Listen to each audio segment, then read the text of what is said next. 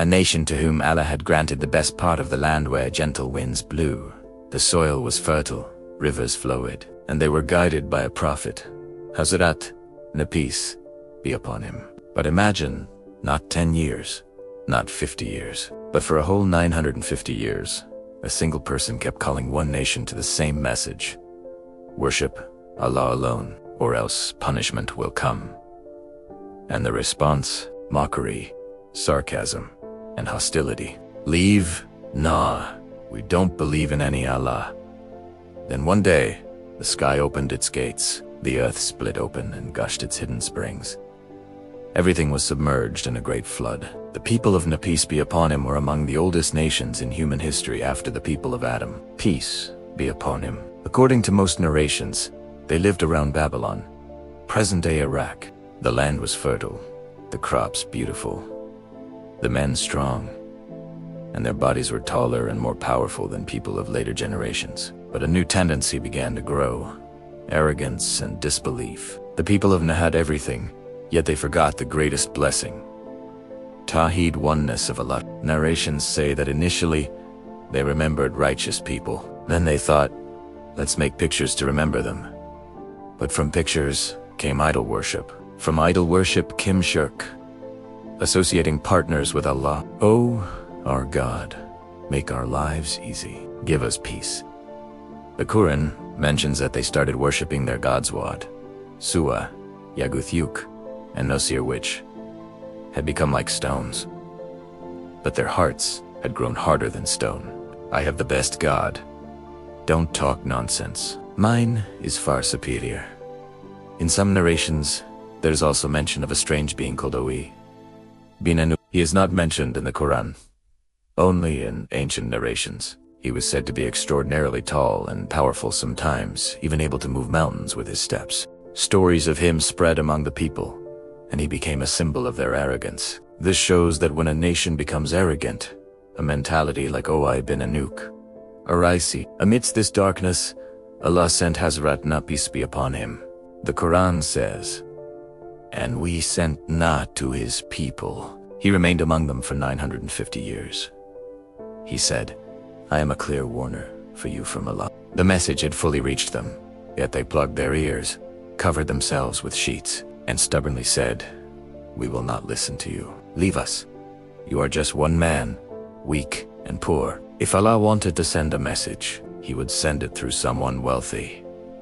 Think about it, not for 1 or 2 years, but 950 years of calling, day and night, openly and secretly, with kindness and firmness. Hazrat Nuh, peace be upon him, said, "Repent, and Allah will bless you with rain, wealth, children, gardens, and strength." But the response was mockery and enmity. Finally, the moment came when Hazrat Nuh, peace be upon him, realized that this nation would never change, and he prayed a prayer that still shakes hearts today. "O my Lord, do not leave any disbeliever alive on the earth. They will mislead your servants and produce sinful, disobedient children." Then Allah's command came, "Build an ark under our observation. Do not speak to the oppressors." Hazrat Nuh, peace be upon him, began building the ark. At this point, a radiant light Helinor covered his face, showing the divine presence and guidance upon him. The leaders laughed and said, "Where will you get water in the desert? Are you mad?" Little did they know, every plank, every nail was part of their destruction. Some narrations mention that while building the ark, Oe Binanu sometimes helped because of his great height, though this is only in narrations, not in the Quran. The ark had 3 levels.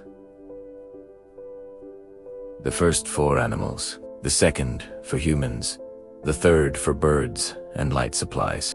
The Quran mentions an important sign. When the oven used for cooking boiled, Allah commanded Nuh, peace be upon him, to bring the male and female of every species into the ark. They came by themselves. Nuh did not have to search for them. Finally, the awaited sign appeared. The beginning of the punishment. The sky filled with dark clouds. The warm wind suddenly turned cold and strong. The leaders laughed, mocking. "Will water come out of no sovet?" The Quran says, when the oven boiled, Water started gushing out from an old stove used for baking bread. In the next moment, the leader's laughter stopped. Hazrat Nuh, peace be upon him, understood that the punishment had arrived.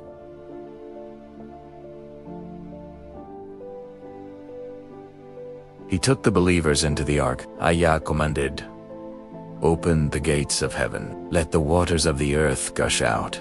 The waters from above rained down. The springs of the earth gushed up. Both waters mixed according to the preordained decree. Hazrat Nuh, peace be upon him, saw his wife standing far away, calling her to safety, but she turned away. His 3 sons, Shem, Ham, and Japheth, were with him, as were their wives and other believers. People ran in panic, but the water rose from all sides. Some shouted, "Take us too!"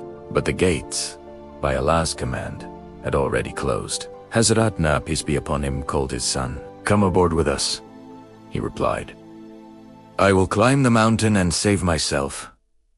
Nuh said, "No one can escape Allah's command today." A wave then swept over him, and he drowned. The storm roared, the sky darkened, and the people screamed in terror. Waves crashed against the ark like mountains, shaking it violently. Inside, Hazrat Nuh, peace be upon him, bowed in prayer. Outside, screams filled the air.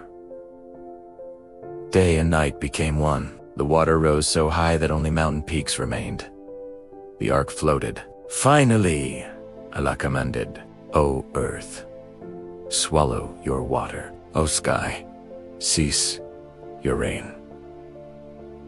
The water receded. The fertile land appeared, and the ark rested on Mount Judy. Hazrat Nuh, peace be upon him, prostrated in gratitude. Those saved were Shem, Ham, Japheth, their wives, and the believers with them. A new era began. The nation of Nuh thought they were powerful, that wealth and strength would save them. But when Allah's command came, neither wealth nor idols could save them. Lesson and message for today. What does this story teach us? Only Tawheed, the oneness of Allah, prayer, repentance, Quran, and Sunnah can save us. Material power, arrogance, and false idols. Write in the comments what lesson you learned from this story, and don't forget to subscribe to the channel.